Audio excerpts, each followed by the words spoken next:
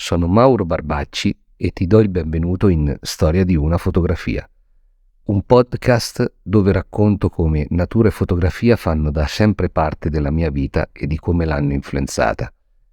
Iscriviti a questo canale per ascoltare la mia storia e vedere altri video nella natura.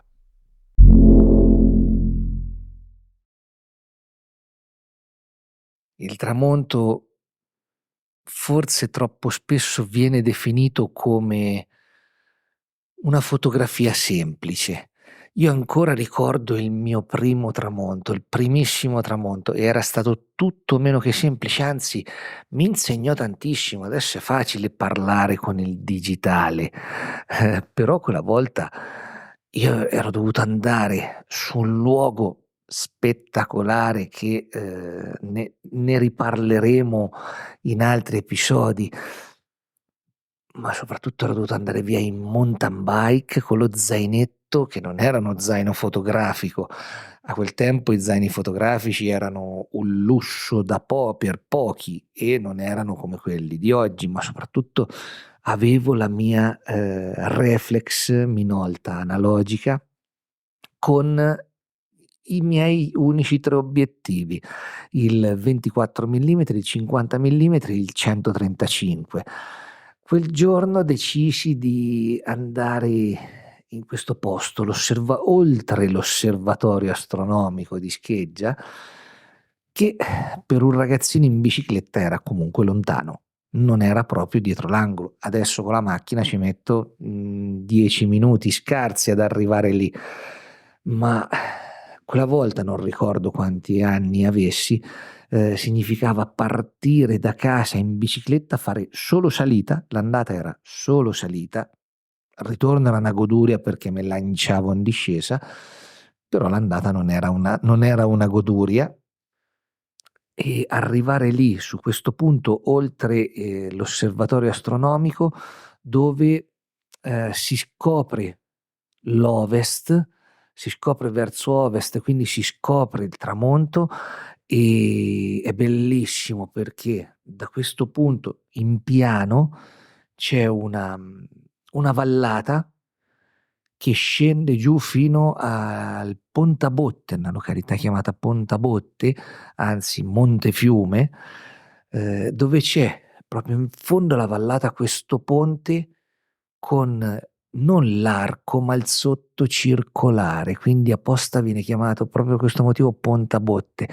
E a vedere quel ponte da lassù, il ponte che c'ho qui vicino a casa mia, vedere quel ponte da lassù in mezzo a tutta la vallata, già era un'esperienza fantastica in sé, ma il bello doveva ancora venire, perché per la prima volta con la macchina fotografica è scattato qualcosa di diverso. Lasciai la bicicletta giù basso sulla strada sterrata e salii su questa collina a piedi, mettendomi ancora più in alto perché volevo vedere ancora di più. E lì, oltre ad accorgermi per la prima volta che un tramonto dall'alto era diverso da un tramonto dal basso, mi accorsi che un tramonto dall'alto poteva essere bello o brutto come un tramonto dal basso. Che significa?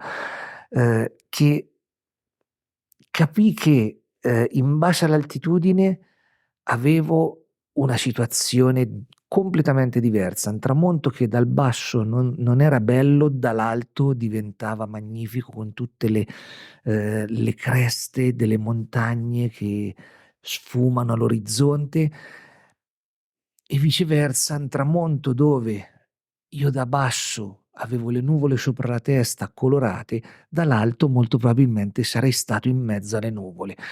Quindi iniziai a entrare in una fase diversa nella fotografia, e questo accadé anche per un altro fattore. Arrivato lì vidi c'era una quercia con i rami secchi, che praticamente, era tra me e il paesaggio, l'orizzonte, il tramonto. Dove sarebbe stato il tramonto, perché già in quell'occasione ero andato su in anticipo. per poter capirci di più.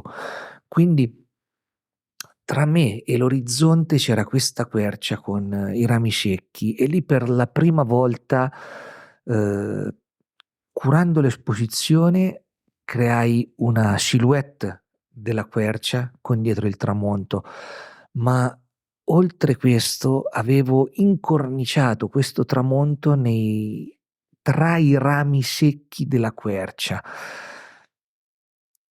Lì mi accorsi che se io osservavo, uhm, raggiungevo un livello superiore, aumentavo i particolari nella mia fotografia, ma soprattutto, uhm, osservando creavo la foto prima di scattarla. Già nella mia testa avevo le idee chiare, quindi sapevo come esporre, che lente utilizzare, come inquadrare, già a quel tempo. Semplicemente con l'osservazione in un momento.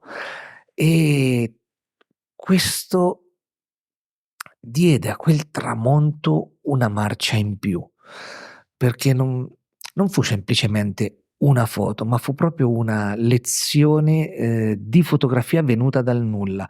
Uhm, ricordo che parliamo di 30 anni fa, anche qualcosina di più di 30 anni fa.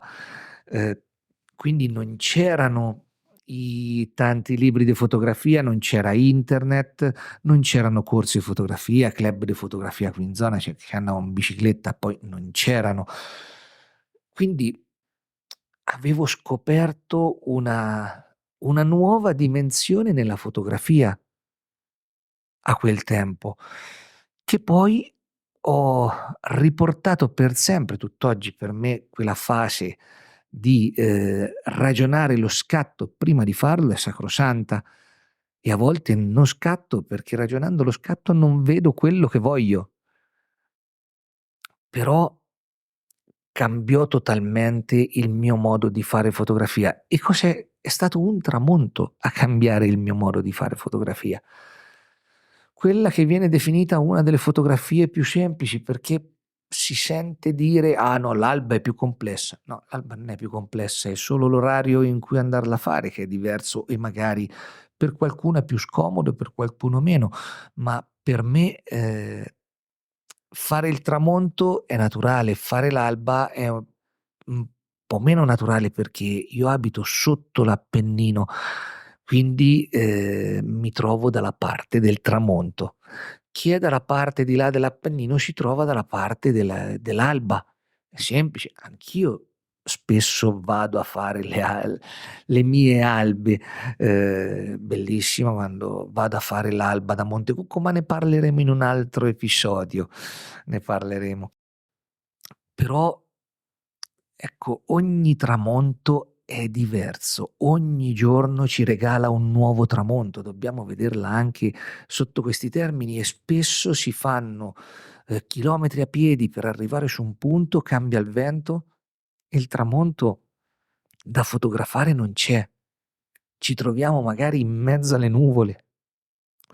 Quindi a volte giudicare un tramonto la fotografia di un tramonto, una fotografia facile, è un po' banalizzare quello che viene fatto. E per come la vedo io nel mio piccolo, ehm, quando mi sento dire: "Ah beh, ma il tramonto che ci vuole a farlo?" Ehm, forse queste affermazioni le fa chi non conosce. Perché per fare un bel tramonto bisogna comunque vivere un'esperienza. Dietro ogni mia foto di tramonto da quel giorno c'è un'esperienza, non è semplicemente un tramonto, è la fine di una giornata o l'inizio di una nottata.